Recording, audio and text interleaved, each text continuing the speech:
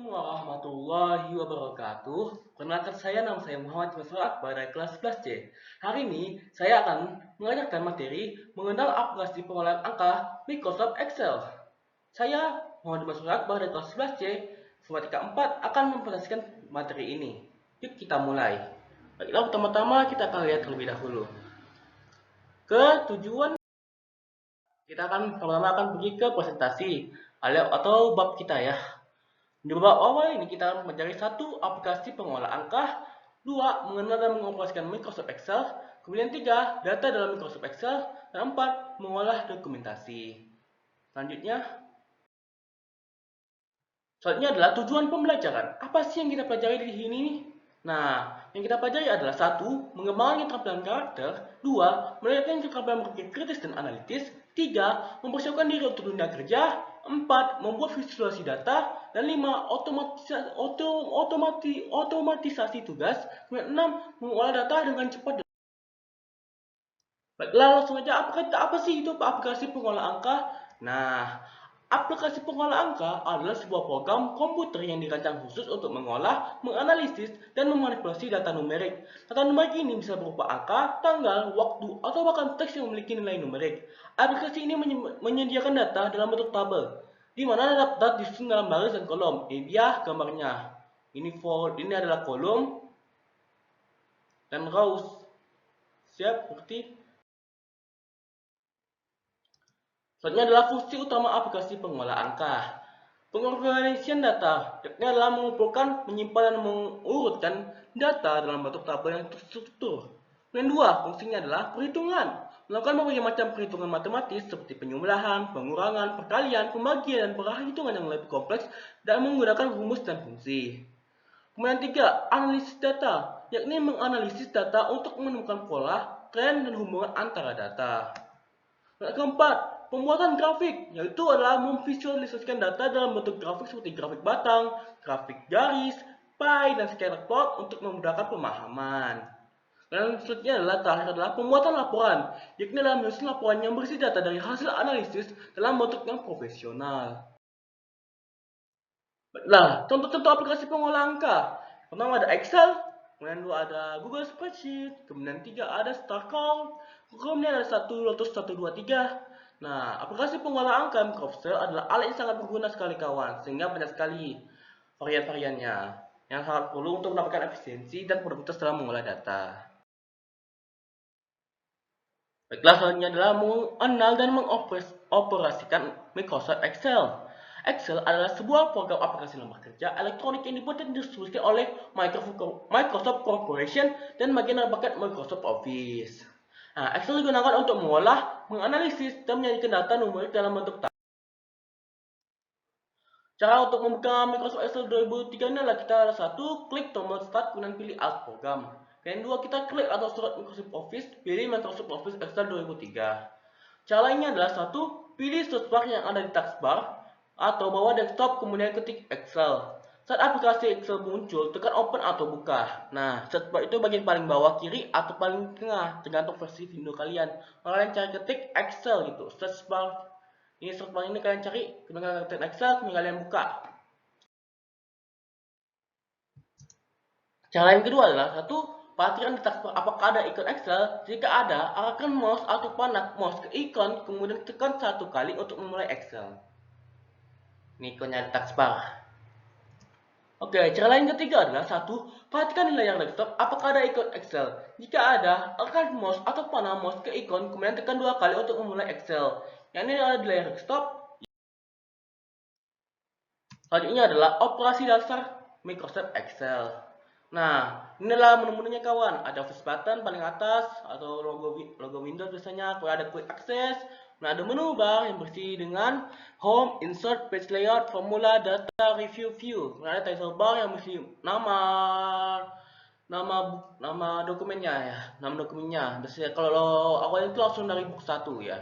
Biasanya ada toolbar gitu yang berasal dari kayak home gitu. Kalau home ada paste, ada font, ada gambar font, warna font, ada merge center dan lain-lain. Kemudian di atas kanan tuh ada ukuran tombol. Yang ini langsung ke kerjanya nih, dokumen area.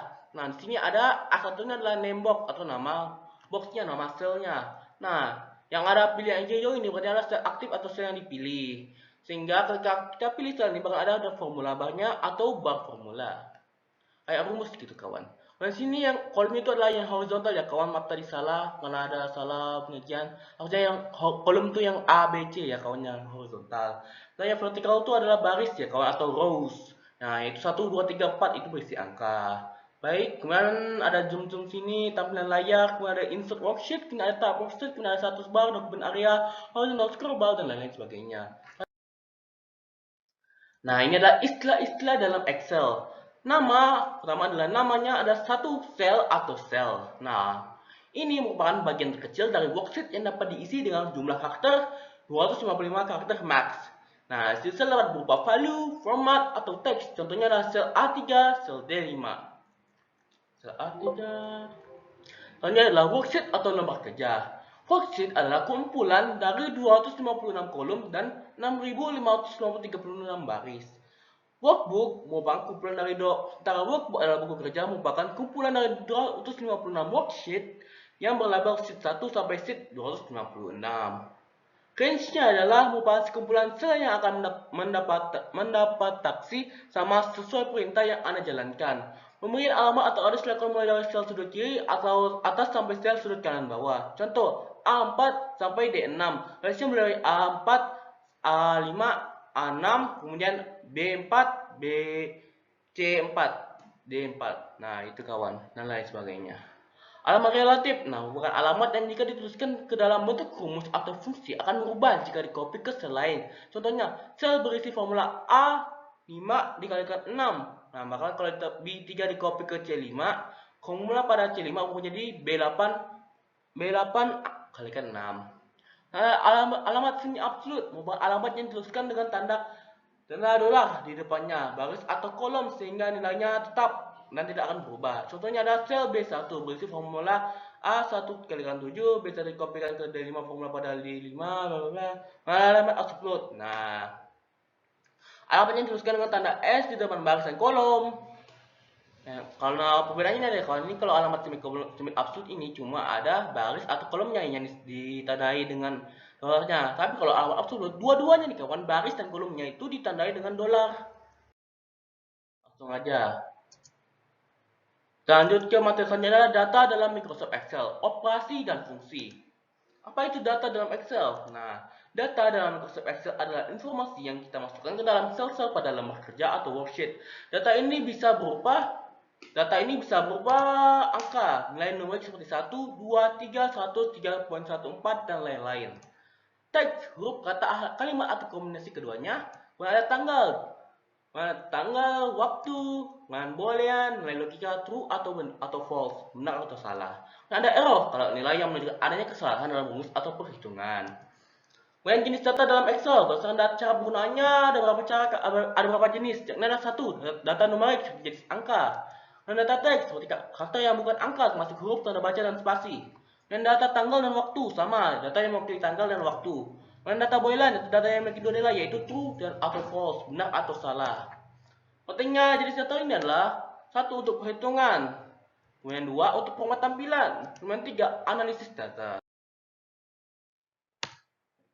Selanjutnya adalah data dalam Microsoft Excel atau operasi dan fungsinya.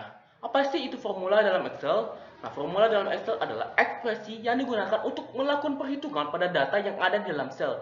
Bayangkan formula sebagai sebuah instruksi yang kita berikan kepada Excel untuk melakukan sesuatu seperti menjumlahkan angka, menghitung rata-rata, atau membandingkan nilai. Nah, menulis rumus itu ada di formula barnya. Perbedaannya itu ada berapa? Itu operasi logika, yang terdapat menggunakan operasi restorasi atau perbandingan dengan tambang yang digunakan pada Excel fungsinya sebagai berikut.